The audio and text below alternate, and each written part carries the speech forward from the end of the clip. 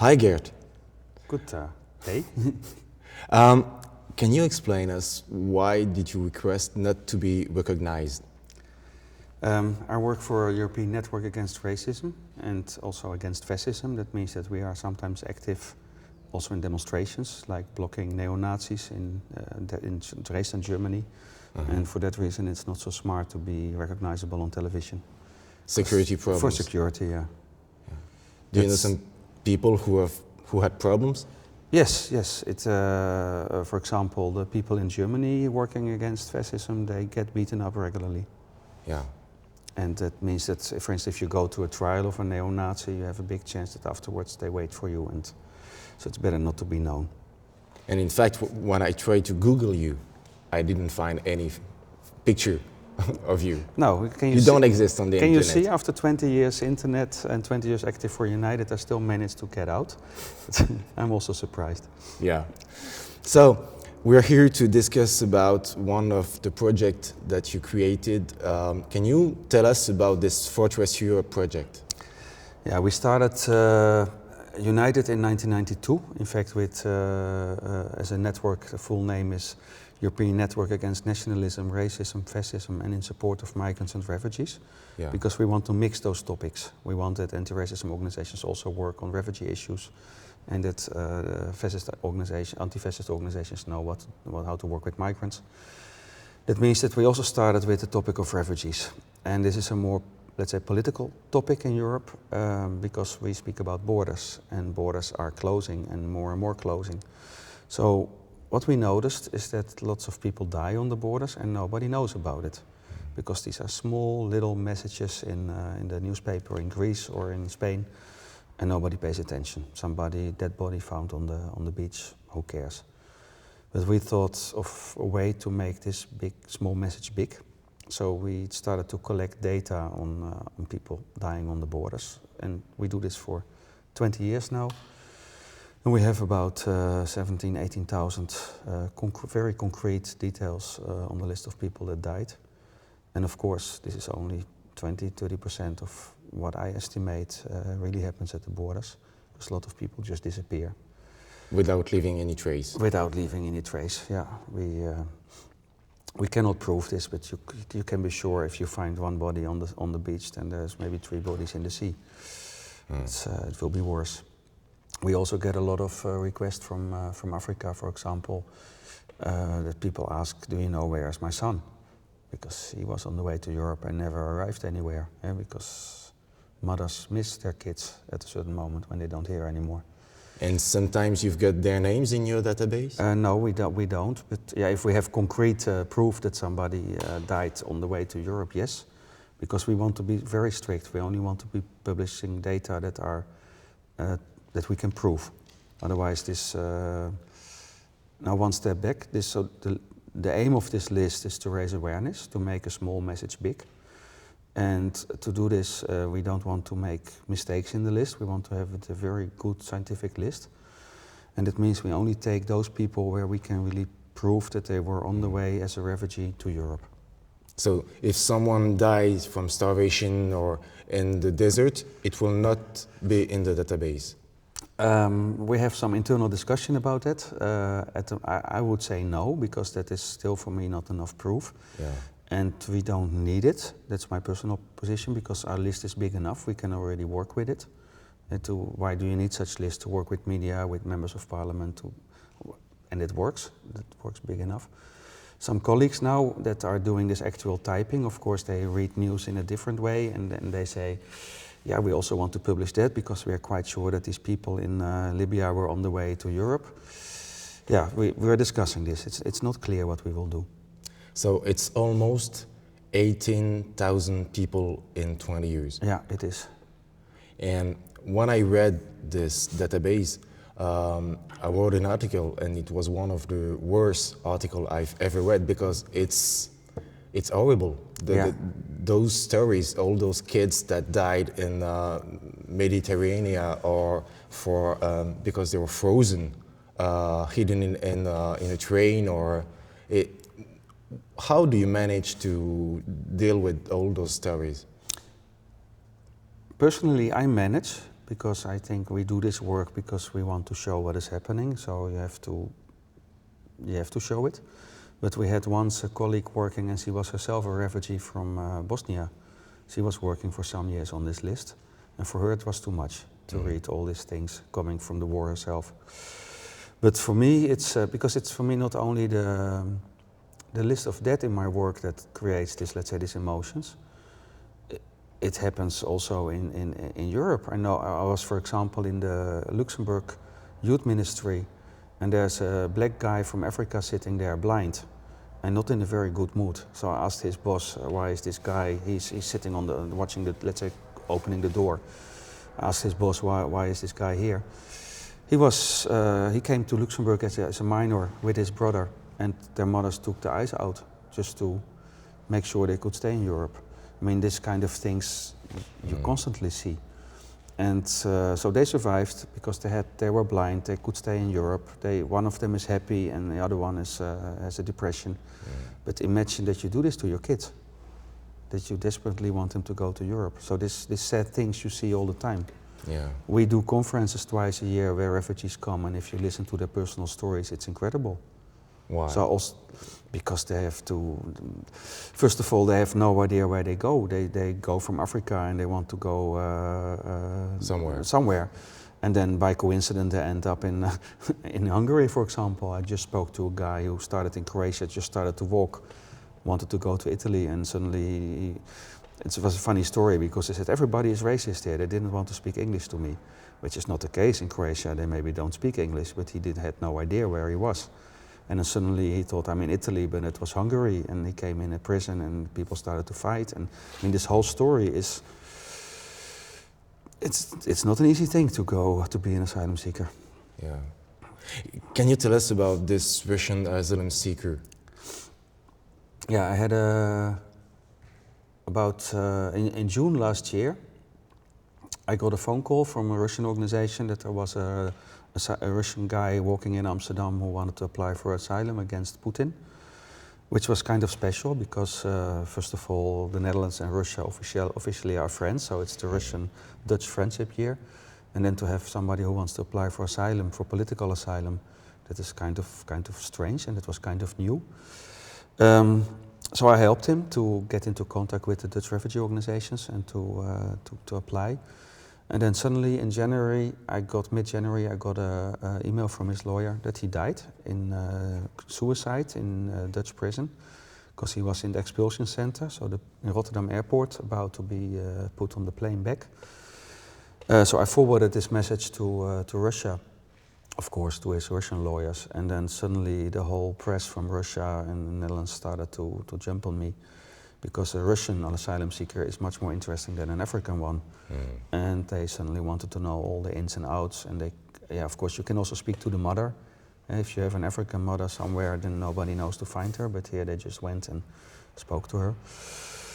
Yeah, this guy hanging himself, it's a long story, but he hanged himself because he was so much feared of being sent back.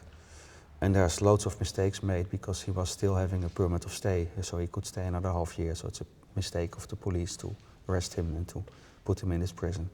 And for him it was too much, and he hanged himself, which is a very sad story, of course.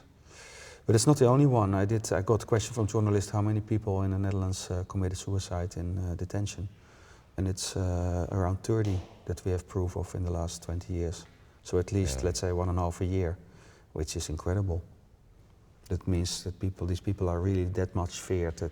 Not only they face death, crossing the borders or crossing the sea, but even when they are in our countries, in Europe, they are willing to kill themselves. They're willing to kill themselves. There are also state services that don't function. Like in the Netherlands, if you need health care, they made a law that if you are illegal according to their definitions, you can also not get health care and not send your kids to school. So that means that I notice it also when I go to hospital for something, I need to show my passport, which is ridiculous. I'm Dutch living in Amsterdam and I show a passport or ID in the hospital because it's just against having illegals in the hospital or some papier. And that means that also people die because of lack of medical care. Yeah, that's one of the things that we can see on the database that even in Europe, people can die because of our countries refuse to cure them. Yeah, they have no medical care. They travel around and take risks. Sometimes they try to migrate again, and even in Europe this can go wrong. If you start hiking in the mountains, like it happened, I think, to a Russian people in Ukraine, they froze with the family. Yeah, it's people take a risk. Can you tell us about those people who erase their fingerprint? Why do they do this? And yeah, there's in several years there's a Dublin Agreement in Europe. That means that the Schengen member states of the European Union agreed that you can only apply for asylum once, only in the country where you arrived first. And to make sure that you don't apply again somewhere else, they immediately take your fingerprints to have your ID, even if you don't have a passport, because many people don't come with identity papers. Of course, if you don't want, let's say if you're a refugee in Greece and you don't want to stay there because of the hard economical situation and you prefer to go to the UK or to Germany, where many of them want to go, then you try not to have your fingerprints taken. And what they do is, in one way or the other, can be with acid, but also with burning, they try to just destroy their fingers before they get to the police and get their fingerprints taken, just to be sure that they can move again somewhere else. Yeah, and this is happening, of course. That is, I think, a smart thing to do if you're a refugee and you don't want your identity to be known. But it's very sad. I've read that in Calais, 25% of the asylum seekers burn or erase their fingerprints. 25%, it's Minority Report, live, now. Yeah, I can imagine, because I suppose when, let's say, somebody at a certain moment started to do this, and if it helps, then others do it also. It's a stupid law, this whole moving around of people. And it's anyway in Greece, it's also on another level bad. People live on the streets because they don't register themselves as refugees. So they come from Turkey into Greece, they don't register to the Greek government. They stay there because they need to wait for further transport. They want to go to Germany or to UK. And it means that there's a big social trouble because many people on the street without income, without food, with children in the winter, it's anyway impossible. How do you explain that we live in democracies? How do you explain the situation? I'm afraid, I think I have two answers. I think there's no vision in Europe at the moment on migration or on how on borders, how to live together. And there's a growing nationalism. So instead of growing into one big Europe, all the countries argue from their own economical perspective and they protect their own interest. If you read the European newspaper, everybody says, oh, this is good for Austria, or this is good for Greece, or the Italians are stealing from us, or this whole tendency of blaming somebody else. And the situation is getting worse and worse and worse, because you get again right-wing and populist parties that say we don't want these other guys, and we don't want refugees. We are full. This kind of stupid reactions. But there's no politician on the left side who has a vision about immigration. They also, in fact, I see them moving slowly to the middle or to the right in their asylum policy, just to give in to the society that doesn't want strangers. Can you tell us about the story you told me about the holes? The article of the Washington Post or yeah, okay. I had last week I had an interview because of this Alexander Dolmatov refugee death in the Netherlands. There's a lot of media in the Netherlands doing research into the suicide of this Russian asylum seeker. And I had a talk with a Wall Street Journal journalist, and he told me that in his opinion the holes of in the European borders are closed with dead bodies, because every time when there's a little hole somewhere, like now in Greece, then all the people go there until the European Union tries to close this hole in the border also, but then they take so much risk that first people have to die there, and then the whole circus moves somewhere else. Of course, I call it circus on purpose, because also on the other side there's a lot of even industry in where to bring refugees and how to guide them through these halls. People are making money with this, and they're smuggling, and it means that this whole direction of refugees is moving around in Europe, and now it's Turkey at the moment. It's 10 times more refugees than a year ago, and they are coming in this direction, of course. And it's not only smugglers that make money with asylum seekers. There's a lot of armed dealers and companies, industries that are paid by European Union and Commission to secure this border. Can you talk a little about this? Yeah, of course. I mean, we are making fences on the border and minefields and helicopters and whatever to protect the border. So there's a big industry in building a wall around us. Maybe not such a wall as it was around the GDR in the past, but they try to invest on the places where the refugees come in, and that is big business, of course. Do we have a figure of how much money has been spent those last year? No, I don't have concrete figures about that. I think it's also maybe not even easy to see, because it's not only money, it's also politics. Like European Union promised things to Ukraine and Turkey, and in the past Libya, if they keep refugees on their borders already out in the south or the east. So, as an example, all the Syrian war refugees are kept in camps next to the Syrian border in Turkey, which would have not been the case probably. Look at the Bosnian War, it was not. People were all over Europe, and they tried to invest in systems that keep people on the place where they live. So in camps? Yeah, in camps, and this is of course also directed from let's say from Europe, that these people are there in camps. Probably Turkey would not have been doing that, but now somehow somebody organizes this, and we hear little about that. Can you explain us what has changed between 1992 when you created the database and now?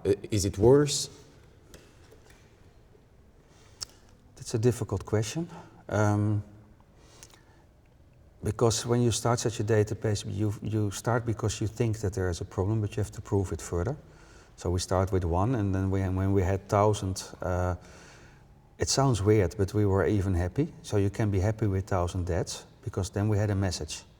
That sounds kind of weird, but we really had, wow, now we can campaign. We can prove. Yeah, which is because but at the same time we feel that this list is kind of grave, because we put the names as a grave. And we also get reactions from family there that they say, wow, my son is lost, but at least you have his name somewhere. But with 1,000 we had a success, let's say, and we started to campaign. And I had all the time the impression that there was a big thing. It depends, it changes in time what is happening. So at the moment it's not so much anymore the people going to the Spanish islands and so on, or to Malta. The streams of migration move around. But I think the message is still the same. The message of our debt list is, do we want this? Is this a choice? Do we, citizens of Europe, and people we elect, do we realize that with these measurements we kill people? Or we make it that bad that people take the risk to be killed? Do we want this? And that message didn't change much, and the only trouble is that it's getting worse, I think, because of economical situation is not getting easier in the world. It's also in Africa, after wars after war, and in fact nobody cares very much about Africa. So you will keep on having people that need to eat something and they need to move around. The whole migration was much more normal, let's say 200 years ago. And suddenly we live now in Europe with borders and with nation states. And if you look, probably also in France, if you look around you where your grandparents come from, that was often from abroad. But suddenly I cannot marry a Russian anymore, for example, because I need to have a certain income and she needs to speak Dutch. And I mean, they make all these crazy rules where 100 years ago people could migrate and marry and find jobs. And so it will get worse and worse and worse because people anyway move around. It's normal. I've spoken with Claire Rodier, who made a lot of work about this, and she told me that it's a situation of war against migrants.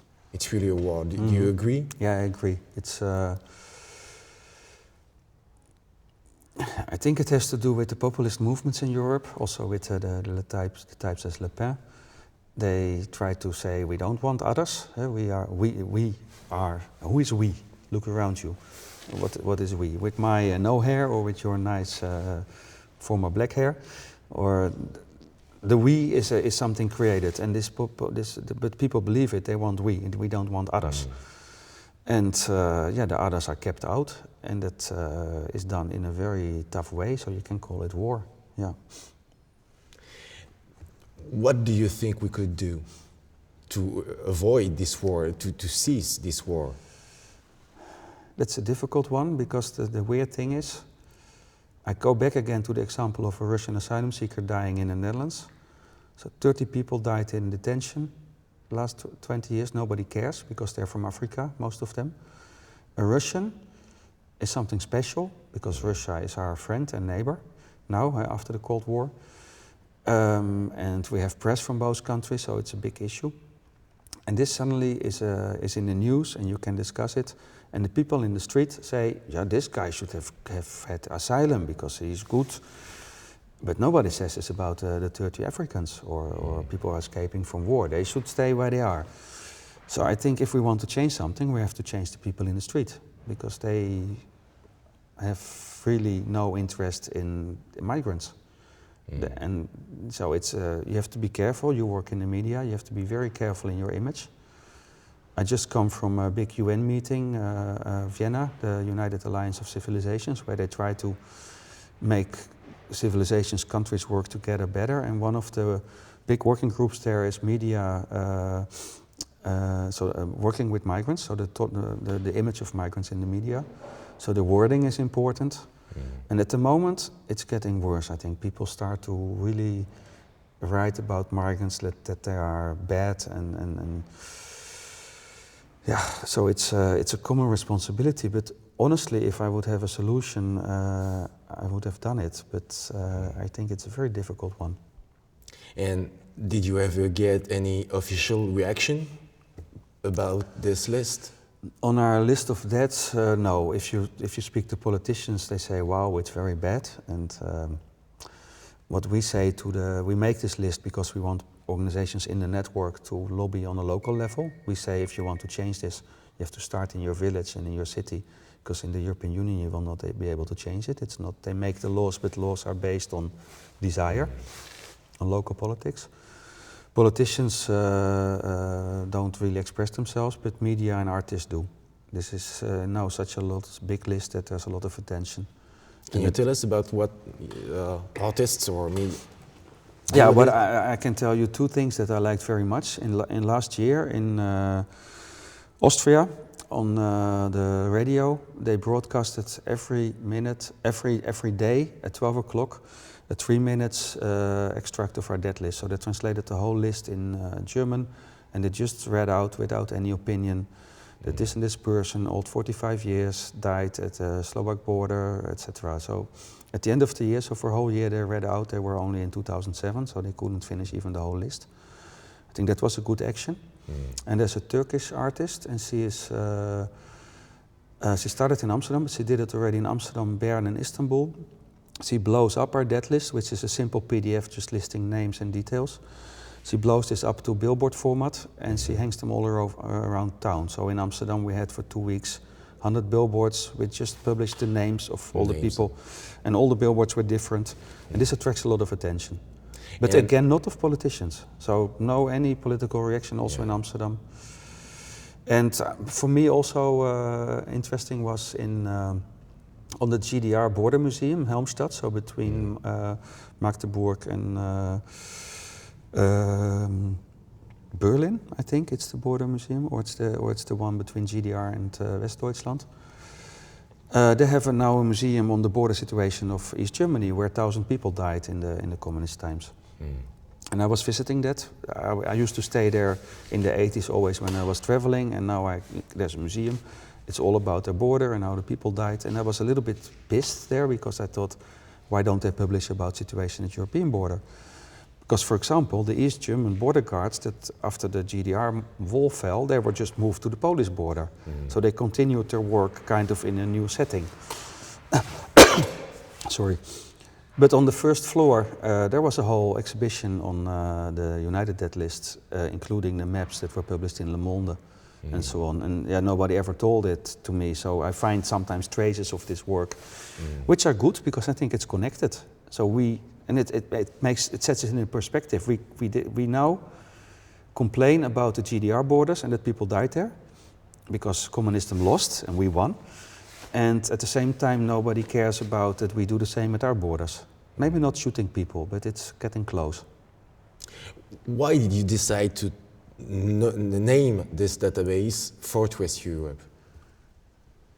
I don't think we invented this name. First of all, there was already a group in Sweden called Fortress Europe in the early 90s. But it's a fortress. That is, in fact, we move with the expansion. So in the 90s, it were 12 EU countries or 15. We expand our borders, but we try to we live in our safe and economically well-going society, and we make profit over the rest of the world. And that feels like in medieval times, so the protection within the fortress. So. Can you tell us about those cities in the United States that label themselves sanctuary? I don't know exactly, but I know that there are cities and churches and so special places that protect migrants and refugees, or illegals and sans-papiers, and undocumented. That's already difficult words. Because some people, I think, see that you cannot just let people live on the street and you cannot let people be arrested, whole families, and being in detention centers. People have the right to have normal something to eat and medical care. And so I think there are brave people that work for this protection. And honestly, I don't know how the situation in France is at the moment, but in the Netherlands it's even getting worse because they made now being illegal without documents, they make it a crime. So you can get fined. Because what happens is that if somebody doesn't have a passport, at a certain moment you, in the asylum procedure, they decide, okay, you don't have the right to stay here. And if you don't have a passport, you can't go back. So cities like China, for example, don't take their people back. So what do? They put them on the street and they say, okay, you have to leave the Netherlands in a week. Of course, this doesn't happen. Yeah. They wait, so they go illegal. They go doing some job or not. These are complete families doing this. And if you get arrested again, then it's a crime. Then you get a €1,000 fine. And this is a way to make expulsion easier, one of it, and also to really put some pressure that people really move away. And then if you would be arrested again, it could be even prison, and anyway, when you don't pay the fine, it's also prison. So that they try to make it more and more difficult to stay. But also, and that is relating to this people helping with refugees, it's also then a crime if you help those people. So I can help a refugee, I can help somebody in the procedure who has no documents but is not yet illegal according to the state. But from the moment onwards when the judge says, hey, you are illegal, you have to go home, then somebody helping, either the Caritas, nice people giving food or whatever, is doing something. It's an offense. Sorry, first they decided it was a crime, but crime was a little bit too complicated. It would be really prison, and so for helpers, and now it's an offense, so you can get fined. Yeah, and that is incredible. Yeah. So there's discussion in the newspapers between people at the moment: is what we do still allowed or not? And we can host somebody in the church, but we cannot go shopping with these people outside because. Are you afraid of what will happen? It will not get better. I'm afraid it will get worse and worse and worse. I don't see any improvement because the refugees will be coming and there's no solution. So that means more deaths, more people illegal, more stress in society. I think you can see the situation in Greece, where the Nazis are again strong in the Golden Dawn movement. I think that has partly to do with reaction on social stress in Athens. People living there on the streets and a lot of migration. And you have to help people to understand migration and integration, and you have to help society to live together, and that is not done. We are split in groups. and we So start to hate each other. the more the people come, the more the people die, the more people begin to be racist or Nazis, the more people fight, the more Democrat people Yeah. are being sent in jail because they help. Yeah. It's Have you seen this? I think you know the situation in the Netherlands where we have Geert Wilders, who is saying very stupid things about the other. He's creating a special image about the hard-working Dutch people and the other that we don't need.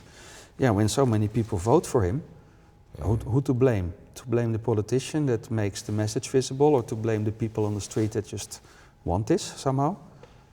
Yeah, we have to get away from it, and in my opinion, we are back in the 30s with this atmosphere.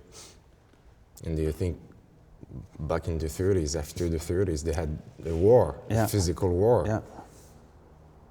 Yeah, I'm myself very much shocked to hear of how people react on the economical problems in South Europe. So at one hand we say in the European Union we are one family, we want to go together, we created one coin and we have one parliament. And at the same time they start to blame, hey, you don't work, you don't do the taxes, you don't... nonsense. If your little brother doesn't do something well, you start to discuss and help. You don't blame your little brother or your big brother, or, I mean, it's... cultures are different, ways are different, we can learn from each other, but we cannot blame. Yeah, it's It has to tolerance. grow. Yeah. Can you tell us a little about the tolerance work you've made? The stages you told me about. In Russia, or Yeah. yeah. Because it's part of the solution, I think.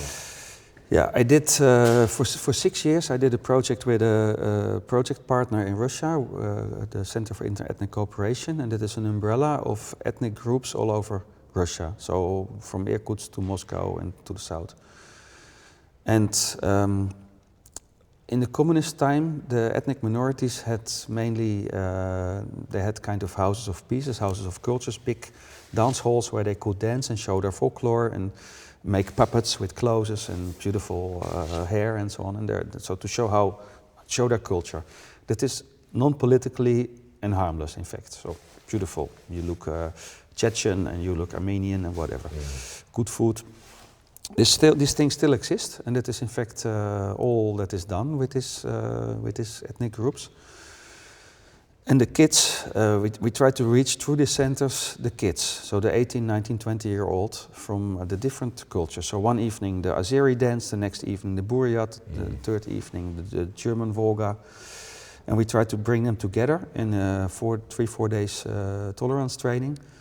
And that was very interesting for me, because if they come to you on the first evening, they are, first of all, they never met a foreigner often, first time they speak English. And they're very proud on their identity. So you get 30 young people shaking me the hand saying, we are the best, I'm Jewish, we are the best, I'm Chechen, we are the best. And they are good in cleaning the street. They have, and at the same time in Russia, Putin on this level tries to make new kind of patriotism with the Russian majority. And these 80 groups, minority groups under it, they don't participate on the same level. There are no equal rights. Strange for me in the beginning, when you work against racism in Europe, you can have a certain level of discussion. In Russia, we had to start on the floor, explaining what is racism, because they didn't even see it as racism. It's completely logic. Like, you are a journalist and I'm the one to be interviewed, and that is the role, and that's how it is, and it will never change. Now, maybe we could also learn to do it the other way around, but you have to explain this. And they had no idea. So it were for me, very motivating weeks.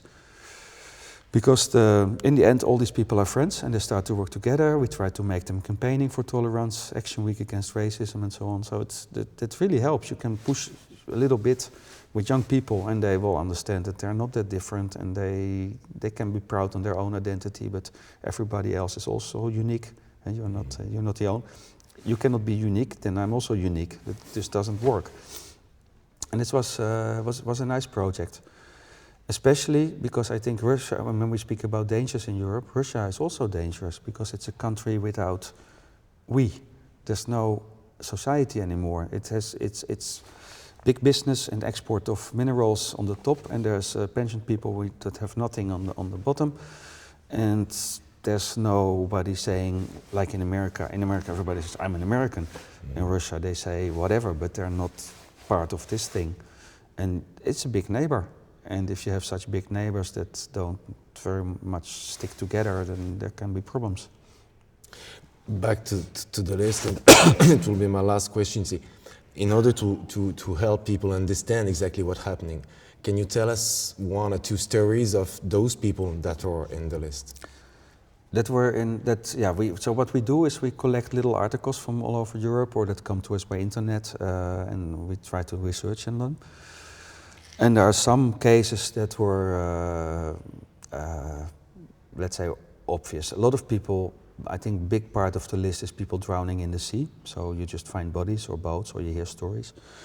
But there are very sad stories. I don't know exactly from where, but two guys from Africa, like 16 years old, they climbed into the wheelbase of a plane because they thought they could fly to Europe like that, and they didn't realize that it's freezing cold there.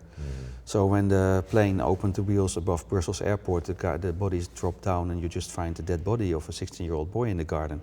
I mean, imagine you go out and coming from sky, and that is one of the terrible stories. The other one is Austria has expelled somebody by plane, and this guy was very much protesting, so they put a pillow in his face until he died in the plane. So, I mean, I know somebody that was on the plane, and that is, imagine that you're in a plane where they try to expel somebody fighting and they put a pillow in his face and this guy dies. It's a scandal. That happens. In Amsterdam, last one maybe, in Amsterdam we had a fire in the expulsion center on Schiphol Airport. And to give maybe also to bring it closer, that was some years ago. At that moment Bulgaria was not yet part of the Schengen territory. And in this prison they said they put people which couldn't prove their identity, so until they could research into them. And one of the persons there was a Bulgarian guy who was just in Amsterdam for tourism, and he was controlled. And he didn't have his passport with him, so like me being in Paris, maybe without my ID. So they brought him to this place, which is a normal procedure if you're without passport. But that night there was a fire and several people died, and he also. I mean, and that is for, let's say, the normal citizens. They say, okay, yeah, but these are refugees, they have some kind, but this Bulgarian was a tourist. Of course there's no difference. Everybody is human. But somehow we put people in categories and we say, okay, for them it's not so bad, and for... Yeah, it's not going well. And how can we help? What can we do? I think what you do now is good. I think you have to publish this kind of things, because people have to question themselves. Do we want this? Do we want to live in a safe Paris, in a safe Amsterdam, with cheap coffee and import products from Africa, and at the same time people dying there and trying to get here, and we refuse them at the borders? That's the question for me. Or maybe we should take also a responsibility, invest, instead of investing in borders, invest in Africa, make sure that people have a living. And not only maybe what is happening now in rescuing babies, medical care and so on, but really investment that something starts there. Prevent wars, don't export weapons into war areas. I mean, it's incredible, we make money in all kinds of ways. We sell them some weapons, yeah, and people dying because they escaped the war because of our weapons. That's it. Yeah, yeah. Yeah, I think there's this, probably you've seen it, there's this movie of such a very big Russian plane now after the collapse of the Soviet. Russian pilots just have the big Antonov planes and they go to Africa and they bring weapons and they come back with fish. So there's no food because we eat all the fish, and they have the weapons to play around with. Yeah, can't we stop that? Well, thank you. I can't, but we are trying to do our best. Yeah, and what can the people that are watching you now, what can they do? I think they have to ask their politicians for a vision, for a solution, instead of keeping our eyes closed and making the walls on the border higher. Because, in my opinion, you cannot close the border. It will not be possible. If you saw it on the GDR border, if you put a minefield and whatever, still people come over. You see it at Mexican-American border. but it means more people will be dying. We have to stop this migration, or to regulate it, so in such a way that we give people a chance. You cannot, if we need migrants, then maybe we have to make a system, because we need migrants. We are getting old, we have problems with pensions. Many countries, Germany says they need new people. Make a system for this, make it honest, make it clear, and help at the same time the rest of the world to also function normally. And not, I think, yeah, it sounds maybe weird, but maybe really all these fair price systems, fair trade systems, at least if you have a chance, buy good coffee, good chocolate, fair bananas, and complain to your politicians that they have no solutions. Well, thank you, Ghert. Thank you. Take care. Thank you.